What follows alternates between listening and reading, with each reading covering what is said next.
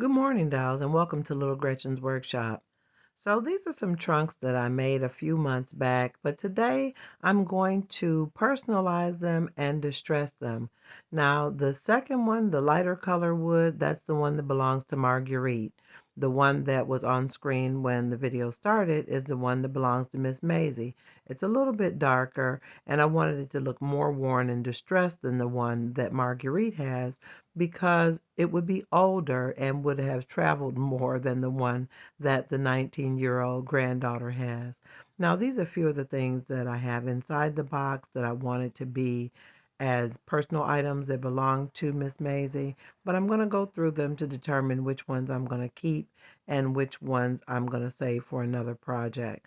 Now, these are some of the small boxes that I made in another video. I will leave links in the description for the small boxes and for the trunk and suitcase videos. And just so you know, all these little boxes were made with scraps and bits and pieces of things found as random remnants on my craft table. I really like this one a lot. I should do it again, but let me stay focused, dolls. So here is the little trunk. Now this one I didn't line or anything, so I really need to personalize it and bring it up to a state that really looks like it belongs to Miss Mazzie. Now you will note that inside the tray I did put wallpaper on the inside to finish the tray portion, but I really do need to do something to make the inside look a little bit more personal, close in those gaps, and really make it look like something that someone is carrying their clothes in.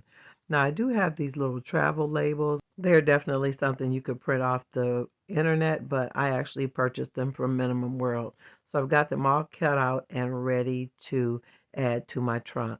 So the first thing I did was use a scrap piece of wallpaper to line the inside of the trunk because I didn't want it to just be raw wood.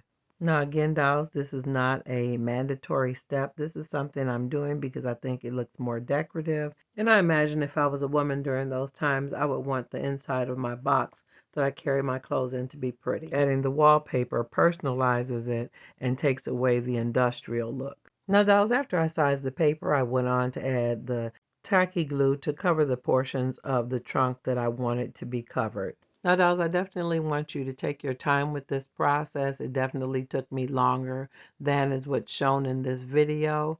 So you want it to be neat. You want all your edges to be covered. Now, I want you to pay special attention that I sized my pieces and fit them in before I actually added the glue. And then I pulled them out, added the tacky glue, and then smoothed it out as much as possible. And then added the paper in. Now, after you get the paper in, you want to make sure you take the time to smooth it out and smush out any of the little air bubbles so everything is laying really flush and smooth. Now, you see at the side of my desk some of the pieces. I've already pre-cut them, but the application process is the same. Now, I do feel like I need to answer the obvious question of this process. Why am I using wallpaper that's different from the wallpaper that's in the tray when you dolls know that I have lots of that other rose wallpaper? I want it to look as though the wallpaper on the inside was papered maybe a long time ago and it's still in good condition. There's a whole storyline going on in my head, dolls, so sometimes I feel compelled to bring you up to speed with the ideas that go on in my imagination. So I would imagine that if the tray was being used over and over again over the years, it would need to be relined more frequently than the body of the inside of the trunk. Now that the inside is all lined, let's go ahead and add some time and detail to the outside of the trunk. Now I've got my little travel labels all cut out. And I cut them out really neatly. I didn't rough them up or anything. So I'm going to do that after the labels are actually on the trunk. Now, when I created the trunk, I did try to add in a little aging. Now, during the original construction of the trunk, I used really dark stain. And I wasn't concerned about glue drips because that made it look as though maybe it had water damage. So I want to create the look that this trunk was secondhand, that it was passed down to her from another family member. I really want to make the trunk look as though it had lots of history on it before Miss Mazzie got it, so that on top of her lifetime, that there was another life that had traveled with this trunk prior to Miss Mazzie. So to really add to more randomness, I tore some of the stickers and really tried to put them on the trunk in random places.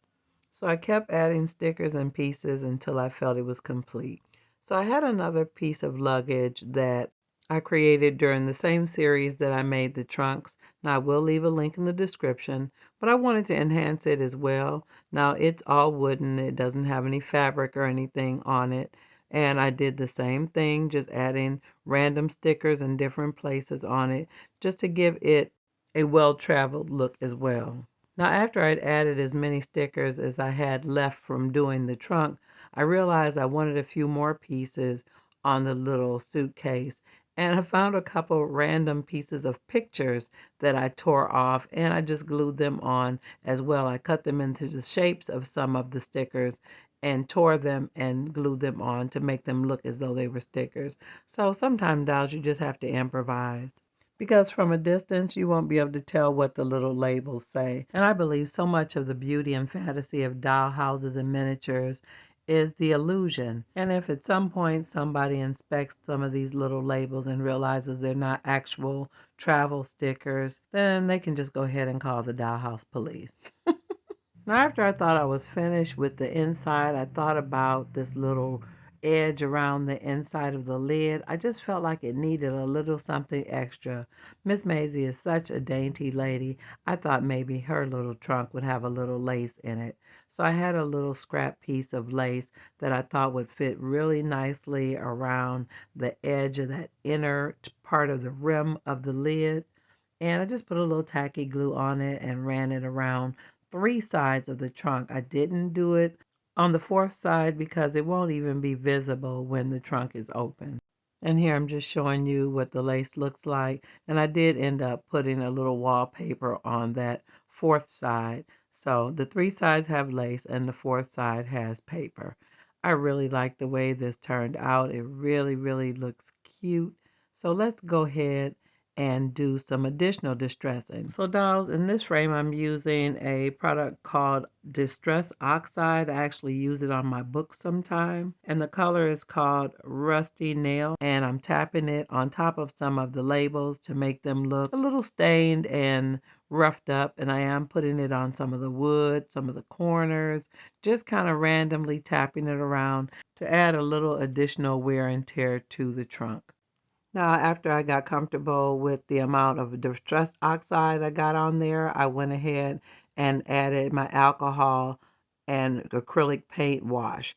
Now, this is a mix of black and brown, and I'm going across those labels again to wet them and blur them and adding more of it to the wood and some of the edges, around the corners, around the straps of the trunk. And dolls, each of these things, all of these little layers are really going to add to and enhance the weathering, the history, and the look of time being added to the trunk. Now, this type of thing is very personal, so you add as much or as little as you like. You can do just a little bit or you can add a lot because Miss Maisie is older and I would imagine the trunk's been in her family for a long time. I really, really wanted this trunk to look tired and weathered and one of those pieces that it didn't matter how old it was. She was not going to give it away or replace it with a new one. And here I am using more nail supplies, a fine nail sanding block, and begin to buff it around the edges to rub off some of the paint, to kind of scratch it up and make it look even more weathered and distressed. And dolls, each of these little things, each of these layers of the aging process, enhance it and add a little bit more. Again, you can do as much or as little as you like. And after going in on it with the little sanding block, I came back with the point of my scissors. Dolls, don't ever do this. I'm not even sure what got into me to use the tip of my scissors, but I did. But you could have used some other type of pointed tool to just put some gashes and slashes and nicks and scrapes into the surface. And after I was satisfied with the nicks and scrapes, I came back and added a little bit more of the alcohol and acrylic paint wash to some of those scrapes and gashes to fill them in, to make them add a little more grime and dirt. Now at this point, I was really finished, but I had a moment where I thought around the lock might be a little bit darker and grimier, so I came back with a little more in that area. And after I did that, I took a moment to inspect it, and I felt really good about the overall look of my trunk. Now, after I finished doing the trunk, I did the same thing to the little luggage, but there are a few things about the luggage now that it's done and completed with the distressing. I felt like it needed a different lock. Now, the original lock I had put on it when I started, it had broken. Now, this lock actually isn't functional. It just needs to look like it's an actual clasp or a way to close or secure the little piece of suitcase. And I found a broken piece of a dress pin, and I broke it some more to shape it into a way that would fit nicely on my little piece of luggage. And I added another piece of nail art to the lock area of the trunk as well, again, to enhance the details, to add another layer of visual complexity to the clasp or lock area. Now, after everything was done on the outside, I decided it was time for me to work on the contents. Now, when I say the contents, I'm thinking of things that I want to put inside the trunk, items that would be her personal belongings. Now, that's a black lace blouse that I made in another video. I will put a link in the description for that and for the little boxes. So I'm trying to see which boxes will actually fit and allow me to close the trunk even after the items are inside. So, dolls, at this point, I'm just going to allow you to watch me play to see how I feel the little trunk and make it personally Miss Maisie's and really, really bring it to life with the details and accessories from her life. Now, I've got this little wooden cube that I painted white, and I actually glued one of my grandson's Hot Wheels tires to the top as a lid. And now I'm wrapping a small piece of wallpaper around the sides to make it look like it's a box of some type of powder or something. I think that might be nice. And here I found a little piece of nail art to stick to the top to make it look more like a lid rather than a Hot Wheels tire.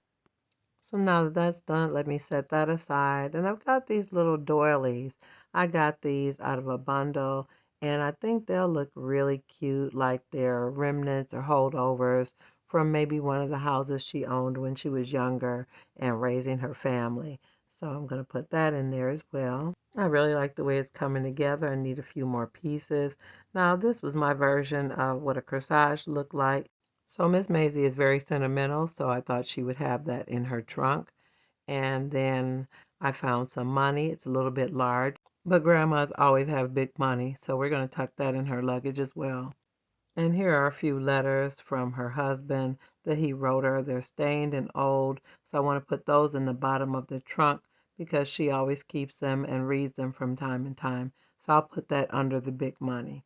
And here's a roll of yarn that she saved over the years, another little toiletry item, and she definitely is a clean lady. So here are her little bars of soap. Tuck those in there. And she definitely has some keys. So all these little items together really tell a story. So what we know so far is that Miss Maisie is clean and sentimental. She's stylish. She's got big money. And the keys represent that she has access. So now that I've got the tray all filled up, let me make sure all the stuff that's supposed to be at the bottom is in there properly. So the letters from her husband, the big money. Now this is that little box I had earlier. I wanted it to look like it was a little metallic, so it's pretty, but it has an industrial purpose. And I actually wanted to make it look as though this was her little box that she kept her boot polishing supplies in. You know, back then everybody or a lot of people wore boots because the roads weren't all paved. So she's got a little brush and things that she used to care for her boots and keep them nice. And this is just a random teal feather. I thought it would be nice to just put in there to maybe be like her pen that she used when she was writing her letters. I really like that. It looks really nice. So it looks rugged on the outside. When you open it, it looks real dainty and feminine. So after adding all my little lovely personal items and I was able to close the trunk, I was very pleased. And then I remembered one more thing. Miss Maisie is very particular about her pillow. She brought her pillow from home, so I'm going to try to see if I can fit this down in the trunk and still be able to close it. Yes, it does fit. Okay, there we go. I'm really, really excited now. And here's her suitcase. Now, I did distress the suitcase and everything, but I didn't do as much to fill it. I just had a couple more of those blouses that I made in a previous video. I may make some different blouses or add some additional items to this, but today my main focus was the trunk. Now at this moment, I just really want to take a moment to say thank you to all my subscribers and even those of you who haven't subscribed but you're watching. I appreciate you as well. Now if you've enjoyed this video today, definitely let me know in the comments. Also like, share, and subscribe. And I'm looking forward to seeing you on the next episode of Little Gretchen's Workshop. Bye bye now, dolls.